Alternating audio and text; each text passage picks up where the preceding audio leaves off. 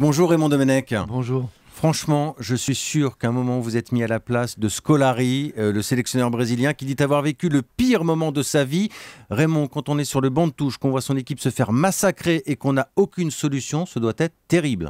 C'est terrible. Je pense qu'on on se liquéfie, on ne sait pas où se mettre. D'ailleurs, il est retourné se mettre sur le banc. Il s'est installé, il n'a plus bougé. On ne sait plus quoi faire. Il y a un moment, on ne sait plus quelle ficelle tirer.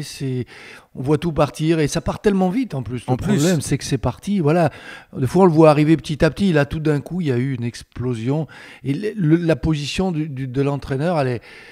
c'est de l'incompréhension totale. Je pense qu'il est comme tout le peuple brésilien qui était là, qui voyait ça, son équipe submergée par une bonne équipe allemande, je veux dire, qui a montré tous ses points forts, toutes ses qualités. Il faut le souligner quand même, c'est pas que le Brésil qui a perdu, même si les défauts du Brésil sont sortis là. En fait, on se posait la question avant, est-ce que Neymar n'était pas l'arbre qui cachait la forêt ? Un bel arbre et une grande forêt. On a la réponse aujourd'hui, même si c'est la forêt amazonienne, qu'elle est très grande.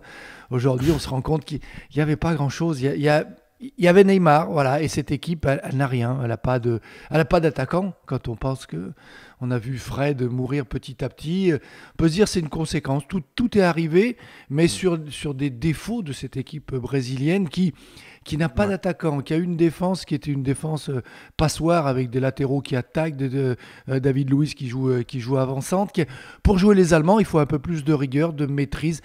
L'enthousiasme, la foi, l'envie de plaire à son peuple, comme ils le disent, ça suffit pas. Il fallait d'abord jouer au football, mais au vrai football, celui qui se joue à 11 contre 11. Finalement, c'était presque un handicap de jouer à la maison. D'un mot, Raymond, ce soir, Argentine-Pays-Bas, pronostic ?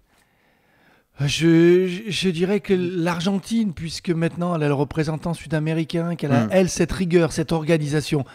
Mais je dois avouer que les Pays-Bas aussi m'ont impressionné et ils sont capables de nous faire une finale Allemagne-Pays-Bas. Merci Raymond Domenech, chaque matin dans le journal de 7h sur Europe 1.